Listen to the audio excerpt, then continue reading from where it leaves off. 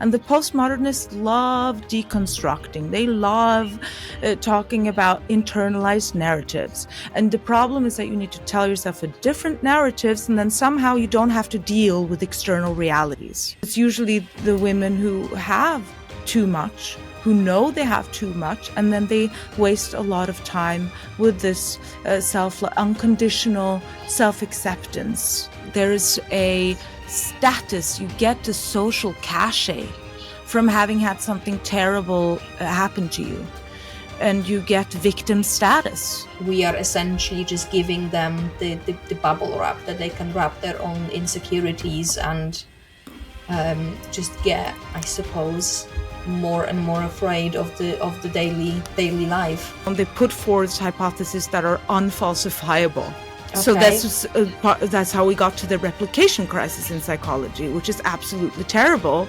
And we're not teaching psychology students about the replication crisis. Which just means that there's about 36% of the psychological studies that are replicable. We just don't have evidence supporting the continued use of this word gender. If you were to pick the 3 most damaging narratives in the world of psychology today, what would they be? Oh, we're starting straight to it. Okay, yeah. I would say self-esteem, gender, and I want to say, just off the top of my head, self-love, self-acceptance as in one term. Those, but the 1 and the 3 that goes a little bit over one another, but I think it's worth separating them. But I think those are particularly dangerous because it has such a draw on social media. It's so easy. We want to believe it. So that's why it's spread like it has. Okay, so I think we'll touch upon the self-esteem throughout as we go along. But the one that I found really interesting is the self-love. So what do you see sort of out there that is quite damaging with regards to that concept of self-love?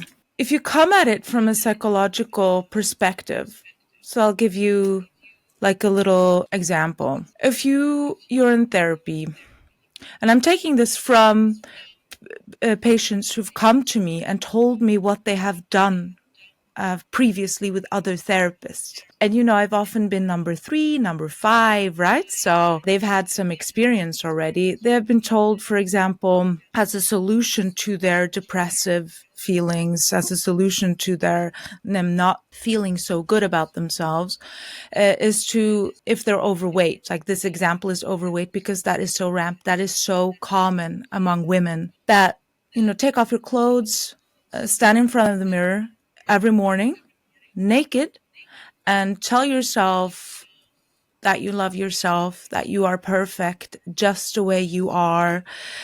And if you do that consistently for long enough, then your feelings will follow. Then that will help. And they, of course, tell me that hasn't helped. And when communicating that to their therapists, they've been told, right, you need to trust the process, or you just need to continue. And so they waste a lot of time. And Psychobabble, my podcast, is about being stuck in therapy.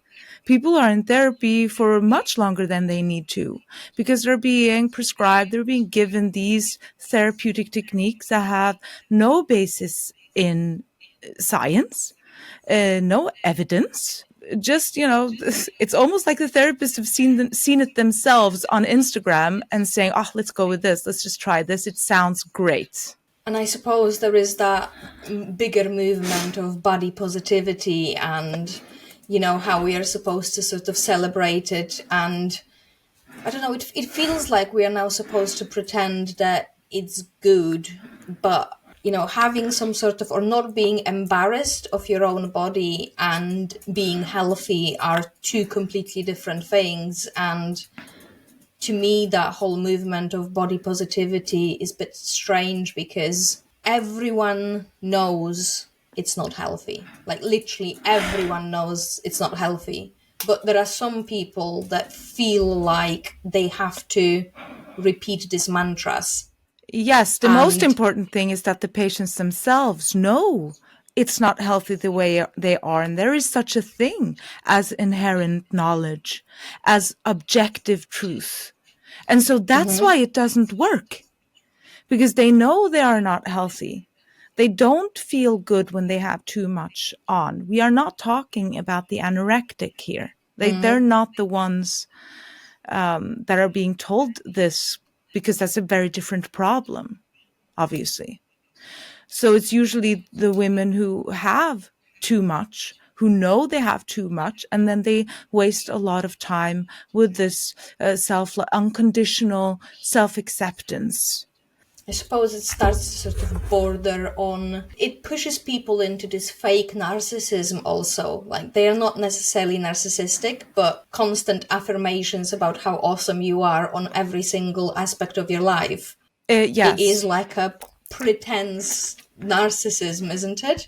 Yeah, so narcissism is this strive for unearned status and privilege, right? And if you're not, classic psychology, it used to be common knowledge that perfection is small changes every day. And a classic, I studied cognitive behavioral therapy, and there it would be try to see what can we change today? What can we change in the next hour that can improve the situation today? It would be about change and how to go about implementing that. And that's very, very important. You give the patient power in that. You give them hope, because they come to you because they know everything isn't okay. It's like, you go to the dentist and they say, my tooth hurts. And it tells you, no, it's, you just have to you have to reframe your narrative. You just have to tell yourself that it doesn't hurt. And you would leave, you would go to someone else. But in psychology, for some reason, we say, oh yeah, they're probably right. I probably just need to take off all my clothes and just tell myself something different, and this comes from this postmodernist influence that we have had over the past at least half a decade in psychology. And the postmodernists love deconstructing. They love talking about internalized narratives. And the problem is that you need to tell yourself a different narratives, and then somehow you don't have to deal with external realities. Like this knowledge that I'm 10 kilos too heavy and I need to make a plan to lose that. Because that's very, I'm very hands on, right? I'm a physician. I'm a doctor first. And for me, it was always very frustrating when I would go to my psychotherapist supervisor and say, it doesn't work, right? Because what I did was, during my psychiatric residency, I took an additional degree in psychotherapy over 3 years at the university in Zurich. So I would work with patients Monday to Friday. And then on the weekends, I would sit there and be like, this isn't working and this isn't working, right? And they also trust the process, just try harder. Like, I was the bad therapist. Like, obviously my colleagues, I saw it in their eyes. They completely agree with me. It wasn't working with them either. They also had people who were stuck in therapy and they're like, oh my God, what are we doing? But they didn't, because we were always given the impression that we were the problem, or the patient wasn't trying hard. Are you sure he's really doing it? Are you sure? So that's where I'm coming from on this, that I was actually doing it. I believed in it, right? I was this career woman and I had all these goals and I believed in all this nonsense. But yeah. I think, I've heard a lot about affirmations in general, and, it's being used in business, manifestations, and all sorts of stuff. But I'm actually trying to dig into why is it that they are not working? Because sometimes it's obviously clear, like, if you're 30 stone or 25 stone and you're telling yourself that you're healthy and beautiful and that you're happy to be like you are and that you wouldn't want to change it, then that sounds like an obvious lie. But there are certain other affirmations that perhaps people are using that are less obvious, right? So when we are sort of talking about affirmations, what do we need to see, like, out there in the world to actually believe it? Is it like other people? Is it just what we do on daily basis that convinces us that we are one person and not the other? Are you talking about delusions? Or are you talking Just about, about affirmations, if yeah, you're trying to, let's say that, I don't know, I'm trying to convince myself that, I don't know, let's say that I love public speaking, right? That I'm yeah. confident and I'm never going to mess up, blah, blah, blah. Like, what do I need out there to actually start believing it so that those affirmations might actually make any difference to me whatsoever? Or is Okay. it Yeah, okay, just I get it. I get complete and utter, like, lie? it. So what we have good evidence of for that it works. We have, so there's this thing, and I was going to get, I didn't know when we're going to get into that, but when it comes to how did we get here, right? How did we get to this type of psychology that's being distributed? Is that in psychology, we started mixing in qualitative methods of research instead of, or in addition to quantitative methods of research, so that we're Okay, can actually you tell us having quickly the difference measures. between the two? Psychology used to be based on positivist paradigms. So that there is an objective truth, and we need to measure our way. We need to have a hypothesis that is disprovable, which is the basis of science, that we're putting forth a hypothesis that someone else can come and say, hey, I replicated what you claimed in the lab and I disproved it. Right? So you go to a lot of psychological research now, they don't have that. They put forth hypotheses that are unfalsifiable. So Okay. that's how we got to the replication crisis in psychology, which is absolutely terrible. And we're not teaching psychology students about the replication crisis. Just means that there's about 36% of the psychological studies that are replicable. Can you give the So, audience that, for example, maybe didn't come across this idea before, like an example of what would be the unfalsifiable hypothesis or theory? yeah, an unfalsifiable theory, hypothesis. It would be, let's go with gender, right? Because that's how they got there. Yeah. It's, these type of people, they, if you feel like a cat, then maybe you are a cat. I don't know. Then Something it's like a new that. I mean, paradigm. it's It's a just cat. like So. how can you go about proving that someone identifies as a cat, or a type of people identify as a cat? It's This so it's identity affirming, subjectivism, lived experience is another. How can you go about falsifying people's lived experiences? This yeah. comes from psychology. You only get to that sort of research by using qualitative methods, which is in-depth interviews and case studies. How are you going to Okay. prove someone's lived experience? Like, for example, there is new research from Monash University. Monash used to be, I mean, it's a very reputable university, where they studied, in quotation marks, the anti-feminism of Andrew Tate and how that's grown, how that has increased chauvinism, how that's increased sexism in boys and teenage boys. And then in this peer-reviewed I mean, this was published, this was plastered across the newspapers, how this has increased sexism in teenage boys in schools. And they use qualitative measures. So their hypothesis was like, we're going to find out how sexism has increased in schools. It was just that it was like a bad bachelor thesis. It wasn't a So hypothesis at all. It was just like, we're going to do this. There's no way you can go and you say, okay, we're going to disprove what you set out to do. So their whole hypothesis were going like in circles. I'm going to prove this because I'm going to find evidence to prove this. That's how it read. And then they went to all the female teachers who had already had problems with teenage boys. Some of them quit, and did 30 to 90-minute interviews with these boys, with these female teachers. That was all. that was the data they collected. It was these interviews that didn't even last the same time. Some were 30 minutes, some were 90 minutes.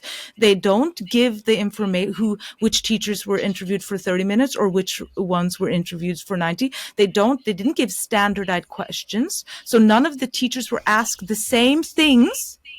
Yeah. And they didn't, the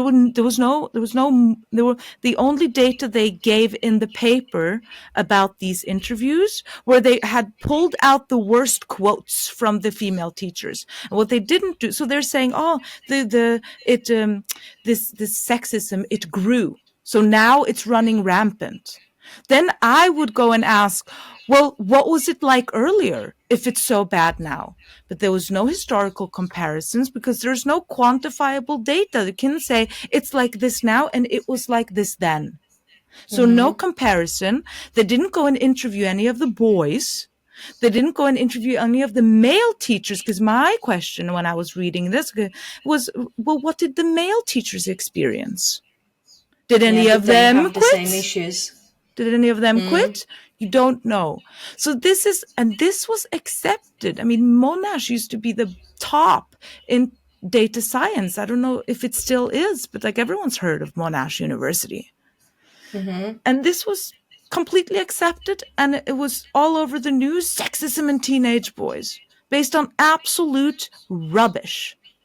Yeah. So this is what they've done in psychologists and in psychology, and postmodernist influence is exactly this: how they put in qualitative research, which is basically just interviews with people, so that they can talk about things like, what is your lived experience? And my lived experience is like, and as a doctor, you're sitting there, I need to see, is this depression light, moderate, or severe? Because you're always sitting there, you have to, is there suicidality or not? Do I need to admit this? Did I need to section this patient or not? Right? And I have to be able to quantify somehow. Where, you understand what I'm saying? That this is, so there's no, and these bad theories, they just become harder and harder to falsify. Yeah. Right? And trauma, for example. Trauma is one of these things that have completely suffered from subjectivism. So trauma used to be, in the 50s, they used to give examples, categories for traumatic events. So that the clinicians who would diagnose it, they would know, okay, is this like A, B, or C? Because first you need to say, has this person experienced a traumatic event, yes or no? And it used to be concentration camp, slavery, like violent assault, war, torture. And it used to, and it was specified, it had to be outside of the human experience for anyone. So anyone had to say, okay, that is outside the realm of human experience. And now trauma that's not a joke, is anything you want it to be. Trauma I think trauma is microaggressions because someone looked at me wrong, and exactly the trauma is something that I definitely wanted to sort of speak to you about, because I come from the background of online business, and there was a couple of online business courses that I was doing, and they usually touch upon trauma, so that when you speak to clients about business, that quite often trauma comes into it. And but the type of things that I remember in like these business courses that are teaching you about trauma and how to recognize it and how to deal with it, or like not to deal with it, but just help the client like through it. I remember thinking like the examples that they were giving is like that it literally could be anything, because it all depends on how someone sort of took it, how they interpreted the situation. So what is going on the society level when we are sensitizing people to recognize perhaps trauma instead of an embarrassment or discomfort or a challenging, event? How is that influencing society at large? Well, we're producing a very fragile generation. We have already done that with several measures. So people today are much less resilient than they used to be. Then it's also in the language, like, oh, I'm completely traumatized, right? So we're using language like that. And then there's a status, you get the social cachet from having had something terrible happen to you, and you get victim status. And that's a huge, so there was this social media hype that was around the COVID and the lockdowns and that. And it was like, shout your trauma. It was so social media was full of people just going up to strangers and just shouting their trauma at them. And then they would go viral. They would get a lot of response. People would comfort them. Like they would get social cachet from shouting their trauma at strangers. So we've built this. You have there's also there are also legal ramifications. Yeah, right. If you can prove that you have a PTSD diagnosis, which is quite easy to get now, you get accommodation if you're in school, if you have exams, or if you're working and everyone has an open plan. For example, I've been asked to give a note for people who they want their own office, and then because I'm traumatized, this open plan isn't good for me. And here's my doctor's note that says I should be getting an office alone. And then Yeah. you are reinforcing it, right? Because what should you do if you are fragile? You should work on becoming braver. You should face your fears, which is one of these other things that we actually have replicated quite well in psychology, that we have good quantifiable evidence showing that if you face your fears repeatedly, you become braver, you become more competent, and you reduce your fears overall. So that's the opposite of what a person who's very afraid should do. So, a lot of these people who are coming down traumatized, they're neurotic, they're very anxious. And I think they might have an anxiety disorder. Right, but it's just you just get more social points from saying that you have PTSD than that I'm just an anxious person. There's also a completely different therapy approach. If you have anxiety, then you have to do exposure therapy, or with the proper therapist, you would do exposure therapy. But if you have a PTSD, then the therapy is trauma-informed care, which is safe spaces, basically, which is wrapping the patient in bubble wrap, trying to avoid triggers, making accommodations. It's a very different, more palatable treatment experience than, okay, let's go and face your fears. I suppose this is where the sort of anti-fragility comes into. So I always remember the comparison of psychology with the immune system. So like if you never actually test the immune system, that system isn't getting stronger, it's actually getting weaker because it's got nothing to keep it on its toes. The immune system essentially goes to sleep. Which is, I think, part of the reason why they suspect that there's been such a massive increase in allergies in children, is because we've over-sterilized their entire environment. And it sounds like with these flexible arrangements that are being made for people that claim they are traumatized or have got PTSD or some sort of special accommodations that they need, we are essentially just giving them the bubble wrap that they can wrap their own insecurities and just get, I suppose, more and more afraid of the daily life. Yes, exactly. That's what we're doing. And that's why people are stuck in therapy for longer than they could, because facing your fears has a pretty immediate effect, right? It's, and that's something that if you actually do work on it, it does get better. Yeah. But you do need to do it voluntarily. Right? If I just shove a snake into your lap, it's going to get worse, not Yeah. better. Not that I think that you should, I think snake fear is biological, and that isn't something that we should try to get rid of. But you get Yeah. my drift. If you have a claustrophobia and I just shove you into an elevator, that's really going to traumatize you. Just to say that. But that's what that's what I wanted to say before, with the best example of the unfalsifiable theory. That's quite funny, Okay. you know, because that's Freud's theories were unfalsifiable. So that's one of these Really? very important things, you know, that we need to teach. And funny thing is that we're still educating Freudian psychoanalysts. Why?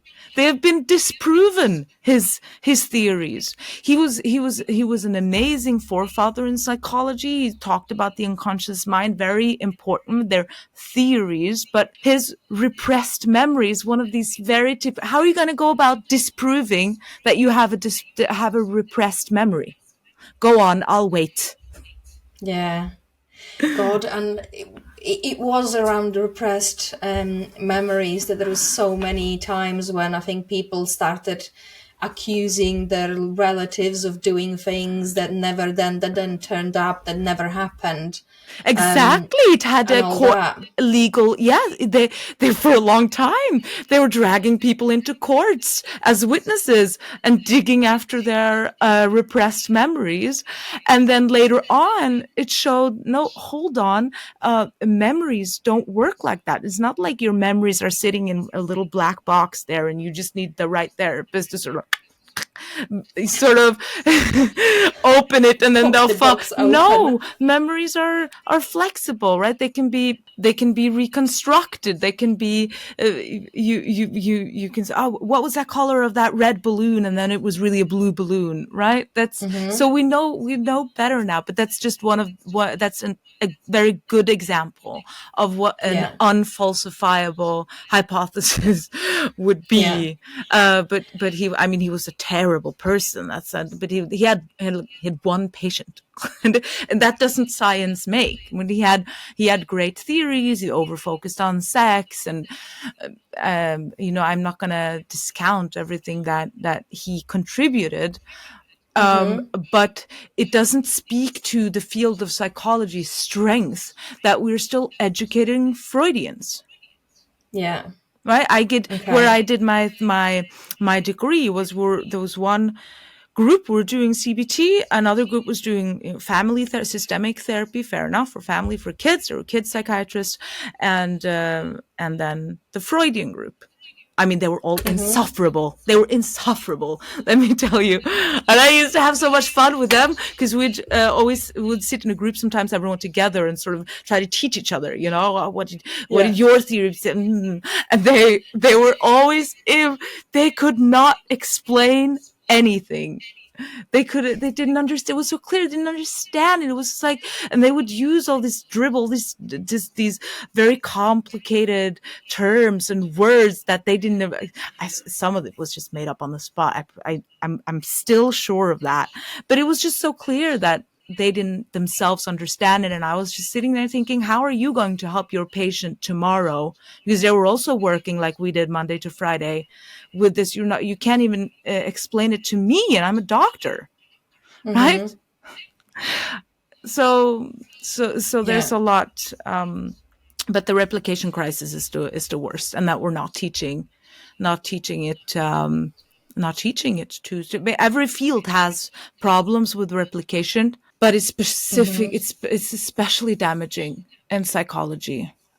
Because it's so vulnerable to this pop culture. It's so widely disseminated. I mean, if you have a problem replicating some obscure mathematical theory, no one's gonna care, because it's gonna have its ramifications. But in psychology, it's that the lie goes all around the world because before the truth catches up.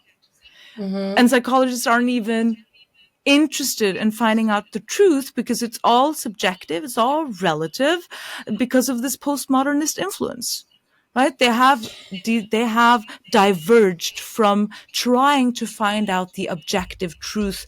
And if you go into to look at who teaches psychology, the professors, they've written books and papers on, is there really such a thing as objectivity? Is there really such a thing as universal truth? And then you can just imagine you're just shoving hundreds of students through these courses every year. They're not going to take on those opinions. So funny story. I helped a friend of mine. She's doing psychology at King's College in London. She's now in the second year. So the last semester, she was then in the third semester when she came to me for help. She was like, I have this assignment. Can you help me now? I was like, great. Now we can go back to basics. It'll give me a chance to catch up on some research or whatever. That will be fun. And then she showed me the assignment that we were supposed to help her with. And I was like, dear God, it's getting worse. It was like, I mean, third semester, so second year undergrad, right? Yeah. So like, forget basics, like forget classic psychology. It was about gender and find out examine the evidence for sex differences and gender differences. So already giving this opinion that sex and gender are two different things. And the assignment was to outline how the evidence could be construed to foster inclusivity and a more equitable society. Verbatim. Wow. Yeah. Right. So that's, and do you think they maybe get 3 assignments in a semester? And that's when that's where their time and energy goes towards. So even though you might have the classics in the curriculum, that's not what they're then sitting there and learning. Yeah. So and it was just, so they had a pre-chewed, this is what you need to we need you to come out with an inclusive, and the sex differences in personality, that's something that we do have replicable, quantifiable evidence show cross-culturally. Yeah. That's one of these established things that even liberal psychologists will have to agree that, yes, there is such a thing as personality differences in the sexes. And that's not... And they are very much sexed, and saying that is going to absolutely cause outrage on TikTok and Instagram. Exactly. I've published that several times. But listen, here lies the rub. So I thought, great, I can let the influence begin, right? So I found all this research for her, helping us say, looky here. You got cross-cultural studies, it's replicated, it's all the good stuff. And she said, I can't use it. It's older than 10 years. Okay. So what happened 10 years ago that then branded all the knowledge that we knew before that, no, she's not allowed, or not good enough? No, her professors, they don't allow them to reference anything that's older than 10 years.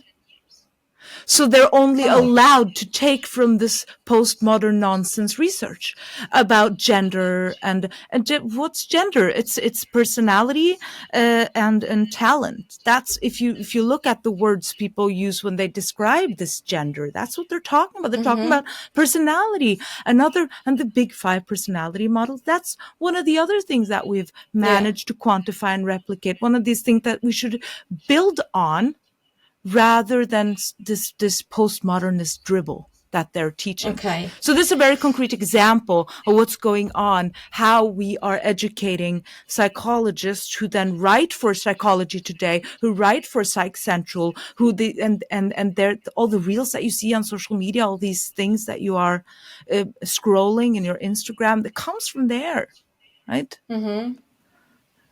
Okay, well, let's focus on the gender for a bit because very recently, I mean, I came across this little graphic and stats that absolutely blew me away. Now I knew that the gender ideology had like a lot of skeletons in that closet, but what I didn't know, or I didn't remember that I knew that, was that children referred to the gender clinics, and I think this was in the UK, were 10 times more likely than the national average to have a registered sex offender as a parent.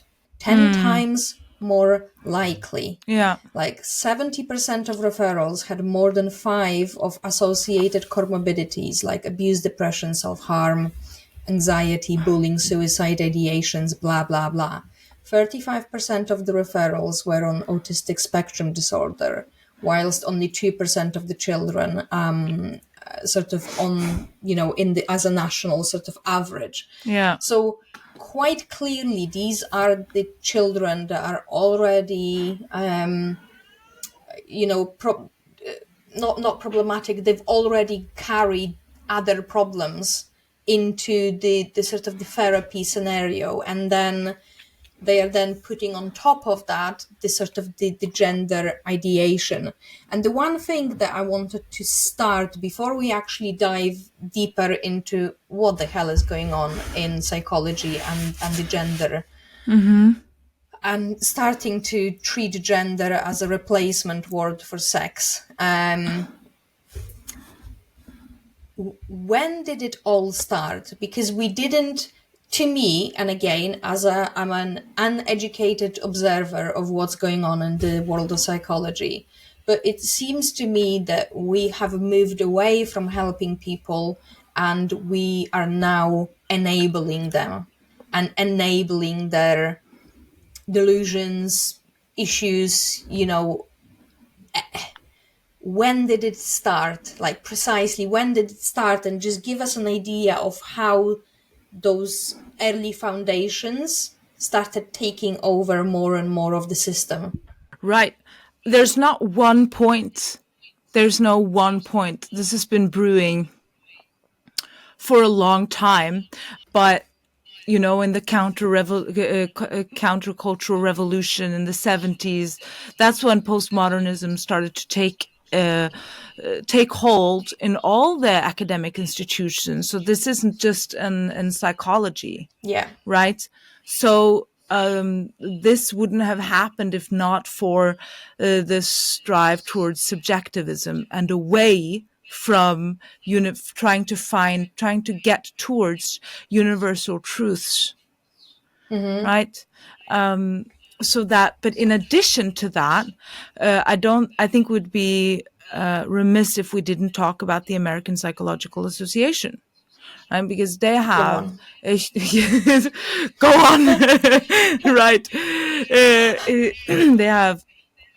They have a lot of power in the mental health field, and that's not just in the U.S. Right? They have the institutions in the UK. They'll base their standards and their opinions and their accreditation system on the APA. They'll have, and I saw that when helping my friend at King's College, that it would say on the bottom, like according to APA standards, blah blah blah.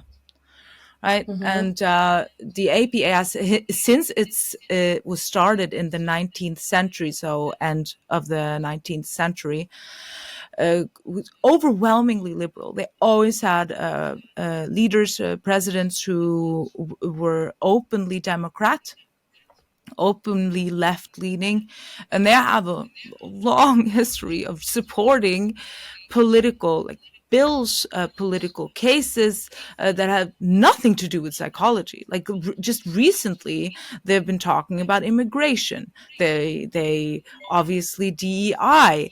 They still promote actively this implicit bias association test from Harvard, which has been completely debunked. I don't know how many times, but they're still talking. Just go into their website and you see like this and this in the Black community, and how do we promote inclusivity here? And it's only political language. And they did a survey. 6% would call themselves conservative. 6%, and that is reflected in other surveys where you try to estimate the political leanings of psychotherapists and psychiatrists. And I've seen other surveys where these same psychotherapists will admit to talking about political beliefs in sessions because they believe that it furthers the therapeutic relationship. But what we also see is that liberals tend to use very derogatory terms for their conservative colleagues, more so than the other way around. That conservatives won't black paint liberals in such a way that liberals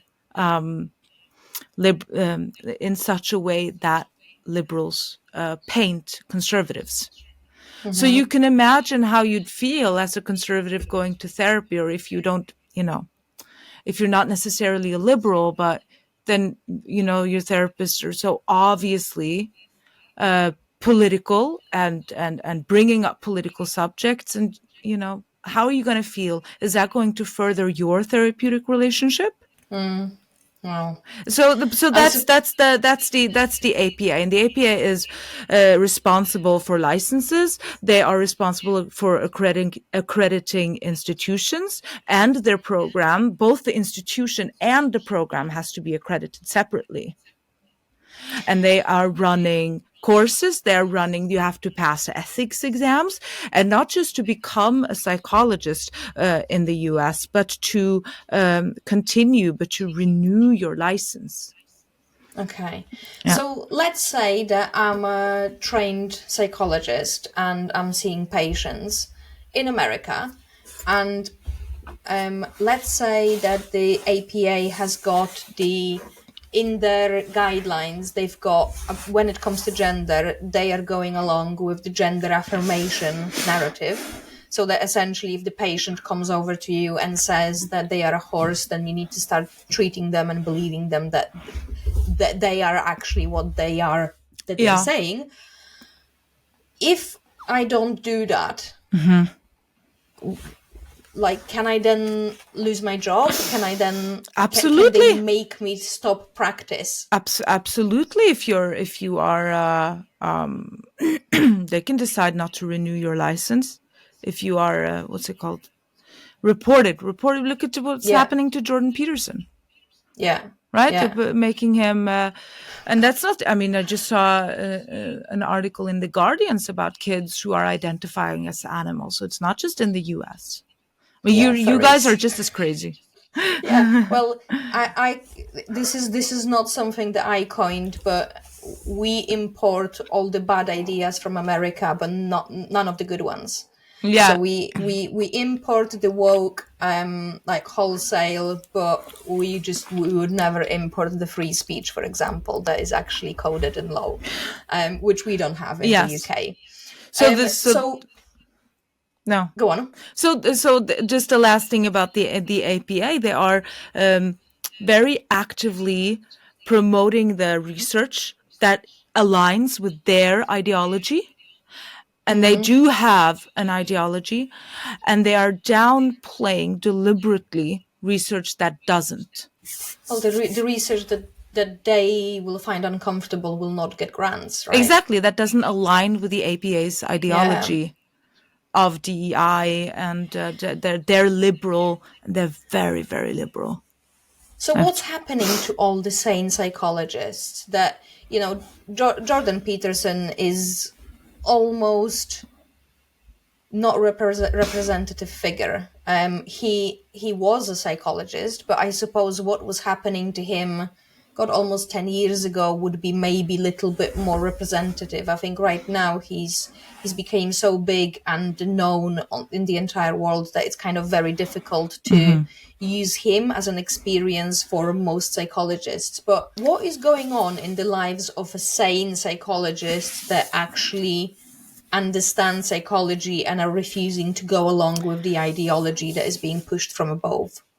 Yeah, I just broke a story on my Psychobabble Substack because I was approached by a colleague in Germany, and he's worked as a psychologist. He's a chief psychologist in an East German hospital, written books, a lot of books. And he gave an interview in two of the biggest newspapers in Germany, and here's so Die Welt and Neue Zürcher Zeitung here in Switzerland. So the really the two biggest, but they have sort of conservative, classic liberal views. So Yeah. they actually did give an interview to him, and it was called like why it's the left leaning young women who seek therapy, because that's his experience. Why left leaning women seek therapy. And it was about Yeah. all these things. About, he mentioned trauma. He mentioned that people come in and say, I have ADHD. I am sensitive. I have, like that they're identifying with their disorders, with their diagnosis and the problems with that, saying how it's overwhelmingly these left leaning women, feminists who need therapy. And it's the same thing as I've been saying. And he's still fighting these. He's in legal battles. They came for him. He came then the next day with like letters upon letters of complaints. People want him out. They've written to the licensing association for psychotherapists. They want to revoke his license. They want him to get him fired. It just no end to the revenge because he gave this one interview telling the truth, saying it as it is, that this is Yeah. not this is not helping anyone. He spent his life trying to help, and that's also where I'm coming from, right? Like, I'm sitting here, it's not helping, guys. This is, what are we basing these therapeutic approaches on? Is it sane? Right, it doesn't come from a point of view of like, let's try to help all these, and our system is flooded. We cannot get to everyone. And who Yeah. ends up suffering? Those who have mental disorders, those who are mentally ill. And I do believe, I'm not anti-psychiatry. I do believe there's such a thing as mental disorders, and we need to treat them. Yeah. For what they are. Right. And so that's the answer to the question, where are the sane psychologists? Well, they're in hiding. And I just did a long interview with him, if you want to go and see, where he just says, people are supporting me. I also have 300 emails from people saying, like, I'm behind you, but they're terrified. They're Yeah. terrified. The only reason he's speaking out is just he wrote this book. He has to promote the book. This is what he's been doing his whole life. And he grew up in the DDR. Right. And he says, I haven't had this feeling since the place I live in was called the DDR. This is not okay. God. Okay. So there is one thing that I definitely want to go back to, and it is gender, essentially, because I try not to use the word because I genuinely don't know what it stands for. And it seems to me that the gender became a replacement word for sex, that sometimes by just using it, we are almost perpetuating the vicious circle of replacing the word for sex. Right. I don't use Is it. there I don't is use there it. such a thing as gender in terms of like gender No. roles, or should we still be talking about sex roles? Yes. You should Sex still be talking typical about roles. sex. Yes. There's Okay. this is we don't have evidence. We just don't have evidence supporting the continued use of this word gender. Okay. Other than, I think therefore it exists, or I Yeah, believe, therefore it because how would exists. you, let's say, let's someone, you're having coffee with a liberal, and they ask you, oh, how do you identify? Which gender are you? And they say, okay, let's, be sociable and say I am a woman as gender. My gender is a woman because, okay, finish the sentence. Because I Well, feel, finish the sentence. yeah, I feel, right. Like Yeah. I feel like I like to take care of people. I feel like I like pretty things. I like aesthetic things. I feel, I've always liked dancing. I've always liked the things that other females like. I like to nest. I like to, like, I feel like this. I like to do this. All words that you can firmly place in different personality trait categories. Or talent. I have a talent for dancing. I have a talent for drawing. Or what most people say is that, okay, I have this gender and I don't know which gender I am. I'm gender fluid. It's because they're very creative. It's because one day I feel like this, and then another day I feel like that, and today I feel maybe a little bit more masculine, and then tomorrow I'm feeling a bit more vulnerable, and because they are much more stereotypical in the way they approach this than us conservatives are, right? They'll say like, then that's a feminine trait to feel more vulnerable. Right? Yeah. That's I feel like crying. I feel, I feel vulnerable. It's neuroticism, right? That you're like feeling anxious, feeling a bit down, feeling sad. And then the next day you're feeling confident. And creative people do this. Those who are very open to experience, they do feel like one thing one day and feel like the next day. I'm very conscientious. I always feel the same. I eat the same thing every day, no problem. Right? I just, Yeah. I don't like change. It's 6 o'clock now. I want to go have dinner. I'm feeling uncomfortable. It's like, Yeah. that's so I don't feel like a different thing every day. But Yeah. because they use gender as a concept, they're able to, with their postmodernist dribble, make this a thing, and it's just more palatable than saying like there are two sexes and it's like this.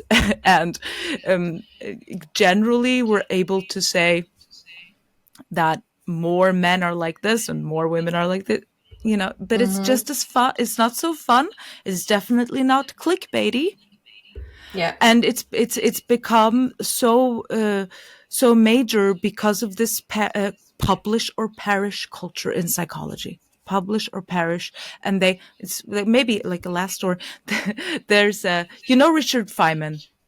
Yeah. Yeah. Yeah, so like, arguably one of the smartest men who ever lived. Don't tell Musk I said so. Don't tell Musk I said so.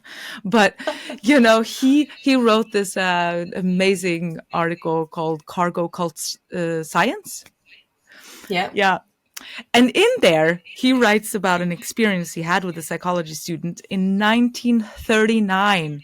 That's why I don't think that we can put this at the foot of the Cultural Revolution in the 70s. And he describes this grad student coming to him, wanting to replicate a finding. He's like, "This is really cool. I want to see if I can do this in my lab.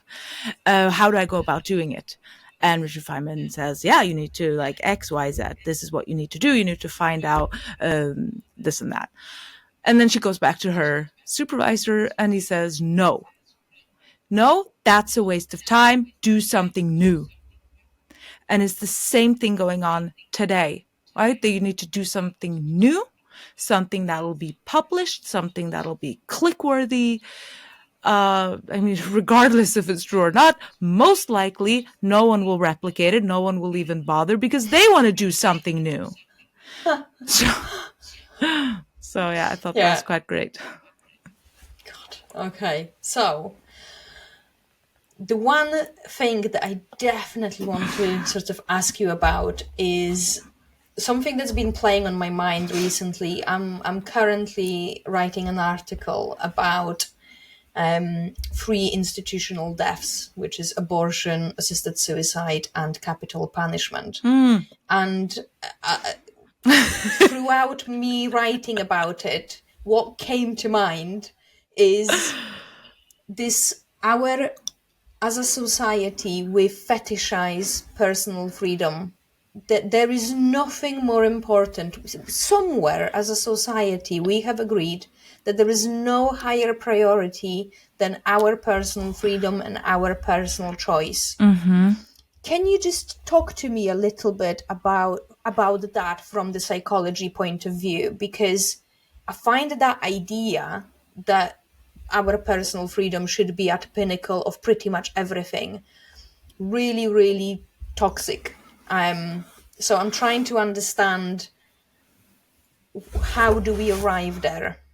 Well, is it personal freedom, or are we just fetishizing autonomy?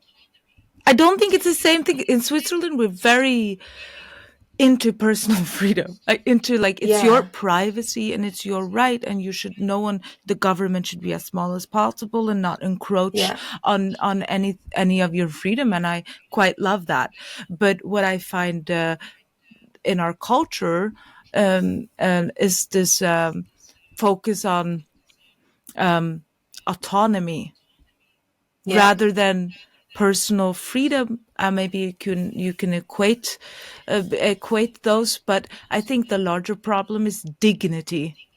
That's where that's why we have this problem with maid, yeah. right? With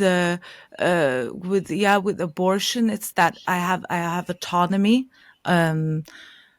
I can do whatever I want. And I don't think that has anything to do with personal freedom. It's I want to be able to follow my immediate whim at any moment. It's about whim, Okay. right? There's also, So am I understanding it rightly? Personal freedom is essentially about stopping, for example, the state from controlling you and your life, but the autonomy is expecting the state to pander to your whims. Would that be like a good? Did I understand yes, the and made, two? I don't think you can really, I think the only way that we've gotten to made, and I'm also very focused on that, right? Because now we are increasingly killing psychiatric patients. Right? It's more and more depressed people coming in saying, and it is because we're very focused on dignity. And I go one, so because I'm in Switzerland, I've been exposed to these suicide tourists because we have Exit and Dignitas, right? The Yeah. organization is called Dignitas.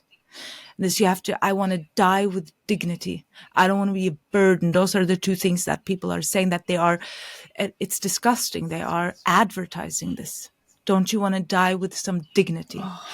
So we have put that on a pedestal. That is there's no sanctity of human life. But then we have to go back to the universal truth. Like I was saying, like I was saying before, and postmodernist psychologists, they have gotten rid of that by saying, is there really something as universal? There's no such thing as universal truth. Everything is subjective, right? We moved away from finding objective truths towards subjectivism, and therein lies this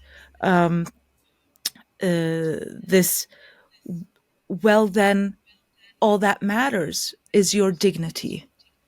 Do you understand what I'm how saying? how you how Because you feel about your because dignity again. nothing else, there's no universal truth of life is sacred, or the sanctity of life, or how would you go about explaining those things? But you could grapple with such a thing as dignity. That sounds good. That's very Yeah. palatable. Because the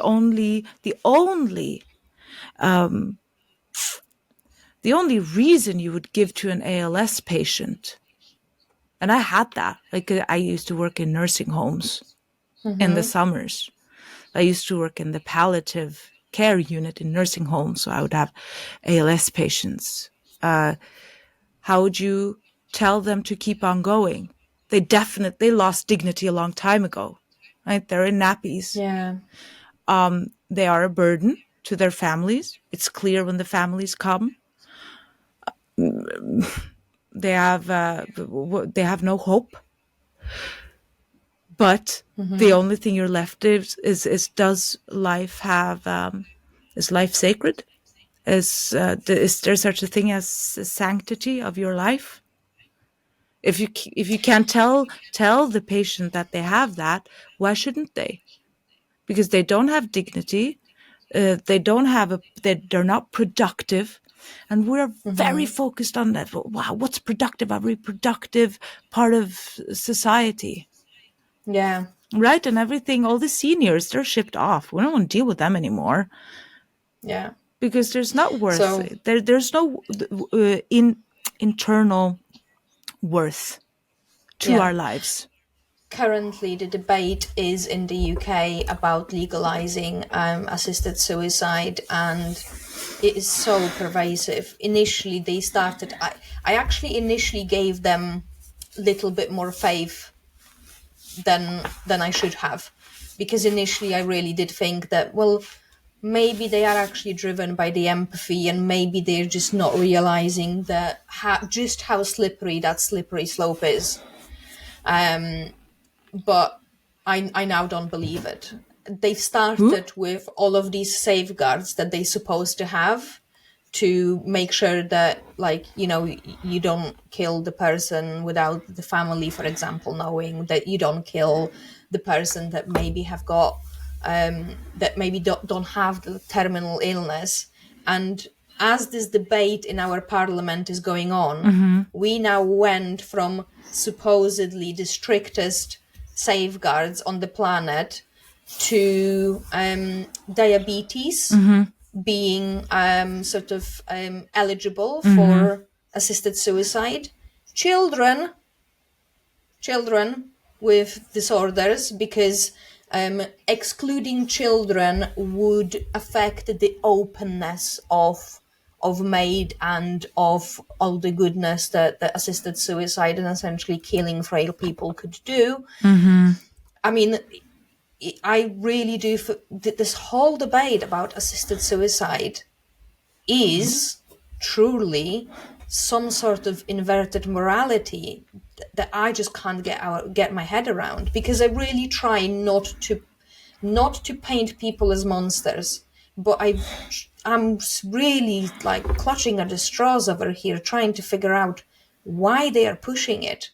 Why And wouldn't it's they be pushing almost, it? If you well, go into to look at postmodernism, of course it's the logical conclusion.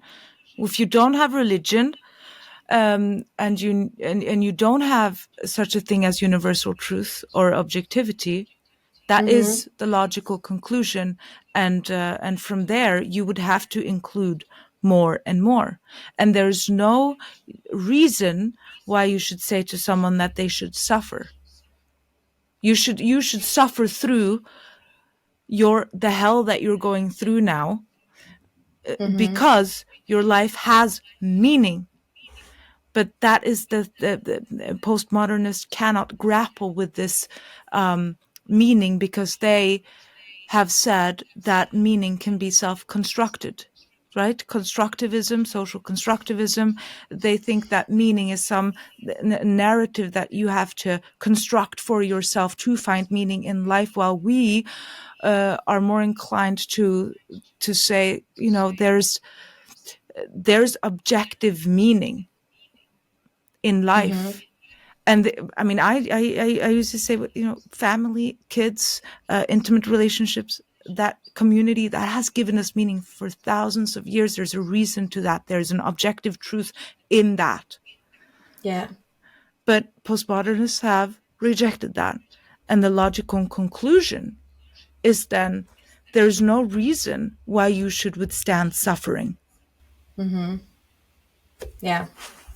And that essentially, if your whim is to die for whatever reason, then the state should should do that. But I don't know. It's just like I still can't believe that they bought into this ideology that much that they are happy to put kids on assisted suicide list. I mean, kids, this is not assisted suicide. This is like a third party murder Yeah. because the kids Yeah. themselves can't decide. Like they cannot make these type of decisions. There is a reason why kids can't drive until they are 18, and there is a very good reason why they might not why perhaps they shouldn't drive, or at least very fast cars, until 25, Yeah.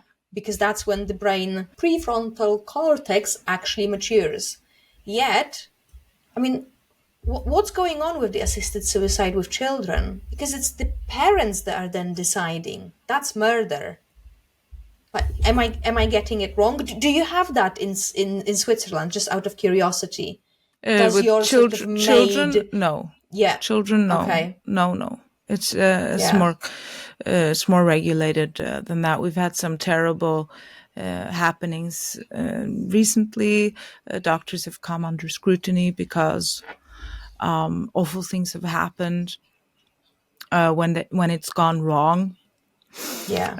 But with children, no, no. But it's not their children that they're putting on these lists. It's other people's children. That's a very Yeah. important distinction to make. And very often the people who are spreading these ideologies, these theories, this teaching postmodernism, they themselves are living in happy marriages with their kids in their Yeah. protected communities, very far from real world experiences like my daughter signed up for maid, or my son came home saying he's a whatever. Yeah. Right? There's a hypocrisy in that. Yeah. So in the UK, the latest is that you could get assisted suicide, or this is what they're trying to push. You can get assisted suicide without the ID and without informing the family. Yeah. And it will be open to kids as well, and to things as manageable as diabetes. Yeah. So, I mean, I don't know. Is it going to be like you will one day go to the doctors and they'll say, do you want insulin or do you want to die? Like, I genuinely don't know how it's going to play out, but I think it will pass in the UK because we've got an insane government with huge majority, Yeah. and I think it will pass. There is some dodgy money and sponsoring behind the door that was already pointed out that it's being pushed by certain people. So, but anyway, I could talk to you about it for the next 3 hours, and I know we don't have that much time. So, do you want to tell the audience about what work do you do, where do you live online, and where they can find you if they wanted to follow more of your work and the sane psychology online? Right. Yes. Please come over to the Psychobabble Substack, psychobabble with Spier.substack.com. And join our community. Subscribe. I give weekly updates. I write articles, and every other Wednesday there's a very interesting Psychobabble episode where I interview people. And now coming up this Wednesday, there'll be that interview with the psychologist where the woke mob is after him. Okay. So I try to expose bad therapy and feminists. I'm very concerned with feminism. So I call myself the anti-feminist psychiatrist because I think that that's what I am. And that is my main battle. That's my main battle. Okay. Well, I could talk to you about anti-feminism for such a long time because that is something that's interests me. It seems to me that our idea of feminism excludes most women that are interested in family or children and only focuses on the women that want to work like men, that want to be as competitive as men. But that our Right. idea of like glossy magazine feminism is essentially only for a very, very small subset of women. And it's not necessarily a healthy version of what it was supposed to be, or what feminism was supposed to be about. Yeah, so come on over there and see what that's about. It's very Okay. interesting. And where do you live on social media? Which platforms do you hang around on? I'm on X, always at Psychobabble with Spier. YouTube, you can also visit, but the main content is on Substack. So I put some videos, I Okay. put some teasers on YouTube, and you can see some of the full length interviews and episodes. But yeah, come over to Substack. Okay. Thank you very much for your time, ladies and gentlemen. I gave you Hannah Spier. Thank you for inviting me. Thank you for tuning in to Wisdom Rebellion. Before you go, if you enjoyed the conversation, please consider subscribing. It massively helps with keeping the show on the road so we can all build a wiser world together. And if you loved this video, you will also love this one. I'll see you there.